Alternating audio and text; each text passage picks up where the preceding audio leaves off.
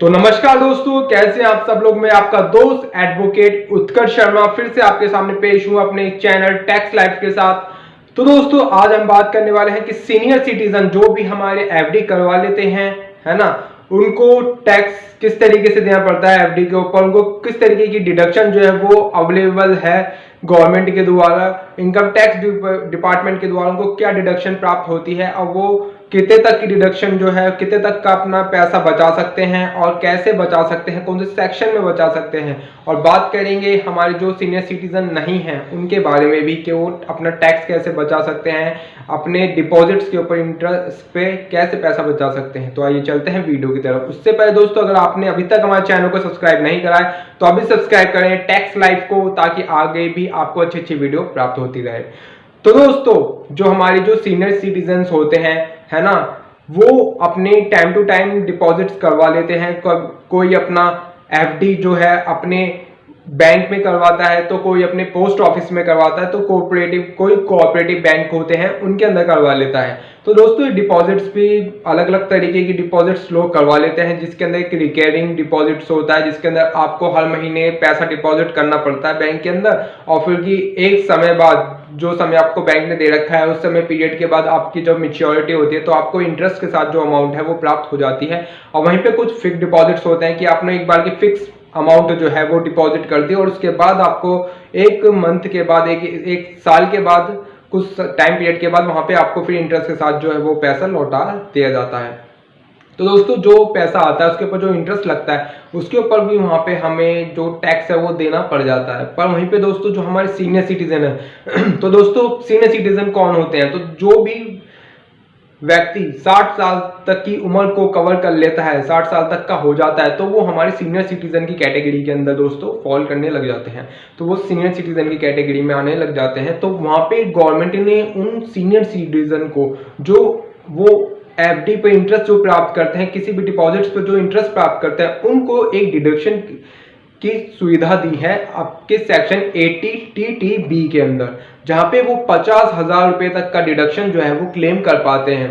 ठीक है ना। तो मान लीजिए जब हम वो रिटर्न फाइल करने जाते हैं सीनियर सिटीजन की, तो वहां पे हम जब उनकी जो इनकम है उसको डालने के बाद वहां पे जब हमारा जो भी जिस भी टैक्स में हम फॉल करते हैं, जो से भी स्लैब के अंदर, चाहे वो 20 हो 30 हो, उसके बाद वहां पे वो हमें दिखाने लगता है कि ये आपकी कैलकुलेशन करने के बाद टैक्स आया। उसके बाद जब हम डिडक्शन वाले कॉलम में जाते हैं तो वहां पे हम देखते हैं एक सेक्शन होता है 80 TTB करके। तो वहां पे जब हम 50,000 रुपए तक की जो डिडक्शन है इंटरेस्ट के ऊपर जो हमें कमाई हुई है, वहां पे हम वो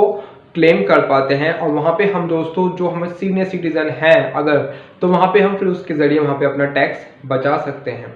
तो इस तरीके से जो सीनियर सिटीजन है उनके लिए ये बेनिफिट बहुत अच्छा गवर्नमेंट ने दे रखा है। पर ये जो इंटरेस्ट की जो आपको डिडक्शन है वो सिर्फ तभी मिल पाती है यदि आपका जो डिपॉजिट्स है या तो वो आपके उसमें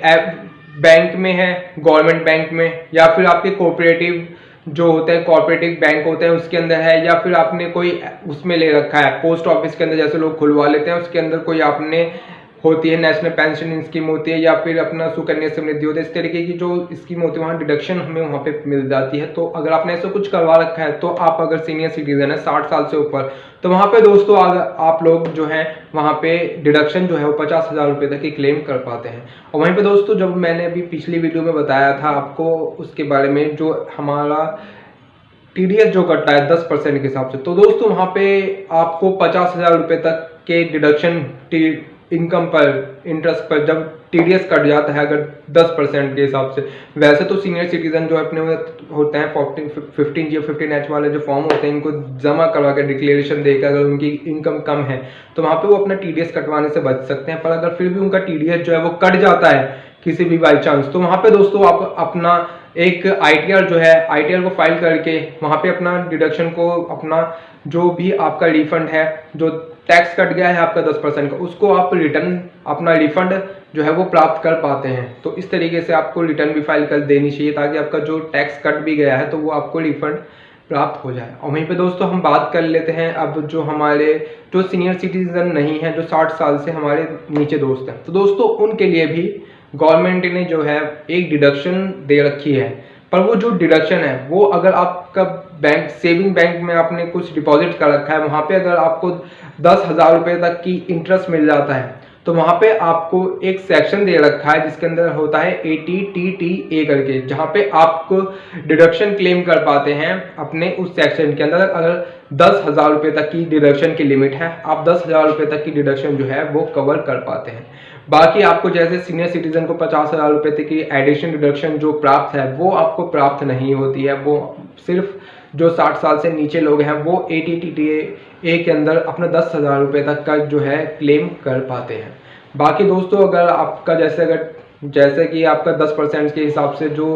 टैक्स कट गया है, TDS कट गया है, उसके लिए आप भी अपना रिटर्न फाइल करके अपना जो डिडक्शन है वो अपना जो रिफंड है बन रहा है तो उसको आप क्लेम कर पाते हैं। इस तरीके से दोस्तों ये गवर्नमेंट ने आप हमारे जितने सीनियर सिटीजन हैं उनके लिए एक बेनिफिट वाली वो डिडक्शन जो है वो एप्लीकेबल कर रखी है। तो दोस्तों अगर आपको हमारी वीडियो अच्छी लगी हो, हमारी इंफॉर्मेशन अच्छी लगी हो, तो हमारे दोस्तों चैनल को सपोर्ट दीजिएगा ताकि आगे हम आपके लिए और अच्छी वीडियो बनाते रहें। और सब्सक्राइब कर लीजिएगा अगर आपने नहीं कहा है टैक्स लाइफ को, ताकि आपकी लाइफ को और इजी बनाने में हम आपकी हेल्प कर सकें। Thank you.